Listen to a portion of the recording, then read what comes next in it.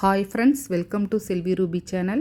இன்றைக்கி உங்களோட ஷேர் பண்ண போகிறது கோவில் ஸ்டைல் புளியோதரை. இந்த புளியோதரை ஒவ்வொருத்தரும் ஒவ்வொரு மாதிரி டிஃப்ரெண்ட் டைப்பில் பண்ணுவாங்க.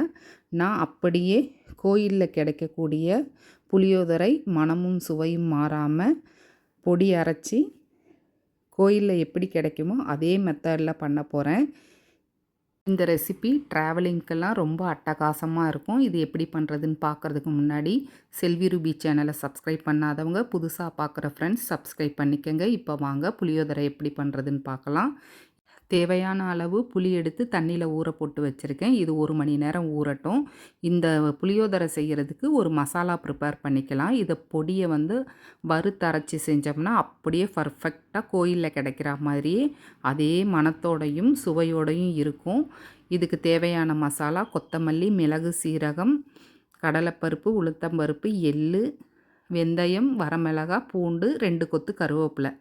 இந்த பொருட்களை ஒவ்வொன்றையும் நம்ம வறுக்கிற மெத்தடில் தான் இந்த கோயில் ஸ்டைல் புளியோதரை நமக்கு அப்படியே பர்ஃபெக்டாக கிடைக்கும். ஸ்டவ் ஆன் பண்ணி கடாய் வச்சுருக்கேன். கடாய் ஹீட் ஆனதையும் கடலைப்பருப்பு, உளுத்தம்பருப்பை சேர்த்து நல்லா ஃப்ரை பண்ணிக்கலாம். நல்லா ஃப்ரை ஆனதும் மற்ற இன்க்ரீடியன்ட்ஸ் ஒன் பை ஒன்னாக ஆட் பண்ணி அதையும் ஃப்ரை பண்ணிக்கலாம். இதை நம்ம ஃப்ரை பண்ணுற மெத்தடில் தாங்க இந்த புளியோதரையோட டேஸ்ட் அட்டகாசமாக இருக்கும். இப்போ கொத்தமல்லி சேர்த்துருக்கேன். 3 காஞ்ச மிளகாய்.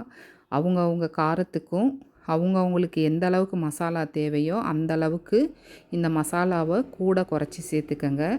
பூண்டு சேர்த்துக்கிட்டோம்னா அப்படியே பர்ஃபெக்டாக கோயிலில் கிடைக்கிற புளியோதரை மாதிரியே அந்த மனம் அப்படியே பக்காவாக இருக்கும். எள்ளு சேர்த்துருக்கேன்.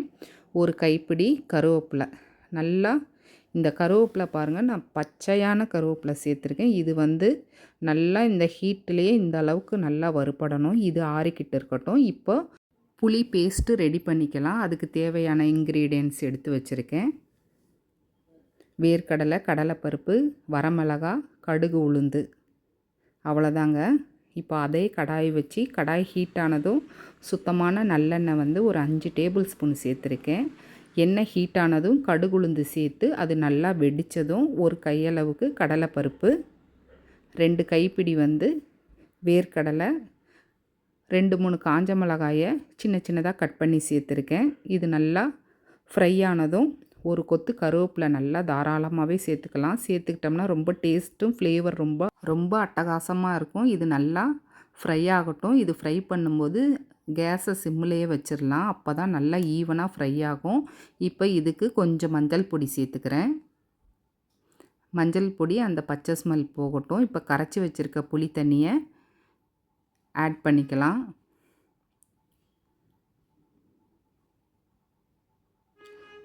இப்போ இந்த புளி பேஸ்ட்டுக்கு தேவையான கல்லுப்பு சேர்த்துக்கிட்டோம்னா டேஸ்ட்டு நல்லா அட்டகாசமாக இருக்குங்க. இப்போ எல்லா சமையலுக்குமே நான் கொஞ்சம் கல்லுப்பு சேர்க்குறேன். சால்ட்டுக்கும் கல்லுப்புக்கும் நல்ல டிஃப்ரென்ஸ் நல்லாவே தெரியுது.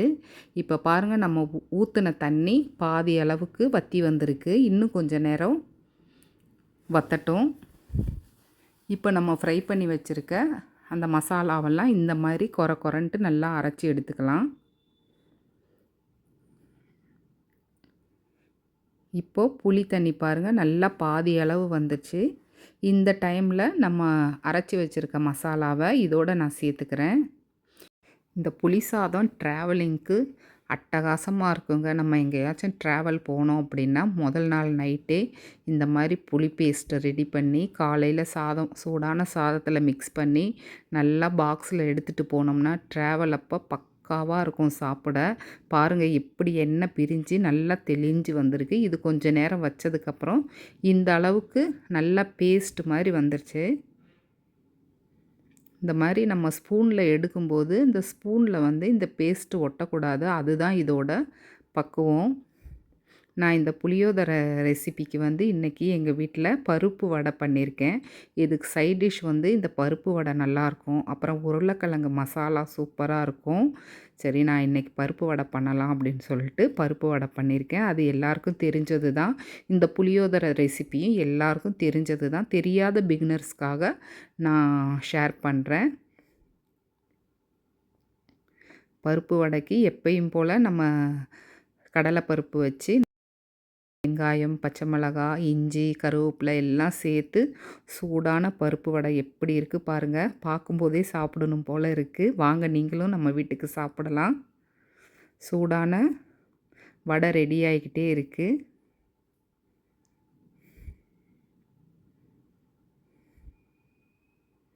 குழந்தைங்களுக்கெல்லாம் டிஃபன் பாக்ஸுக்கும் இந்த புளி சாதம் வந்து ரொம்ப நல்லா இருக்குங்க.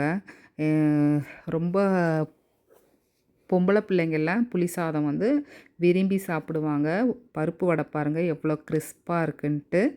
நான் இப்போது புளி சாதத்தை மிக்ஸ் பண்ணிக்கிறேன். அப்படியே பாருங்கள், இதோட ஸ்ட்ரக்சர் அப்படியே நம்ம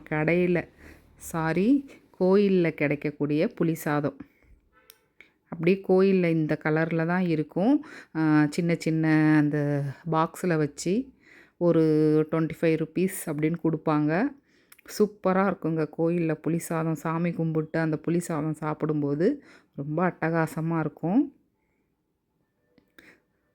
அதை தான் நான் இன்றைக்கி உங்களோட ஷேர் பண்ணியிருக்கேன்.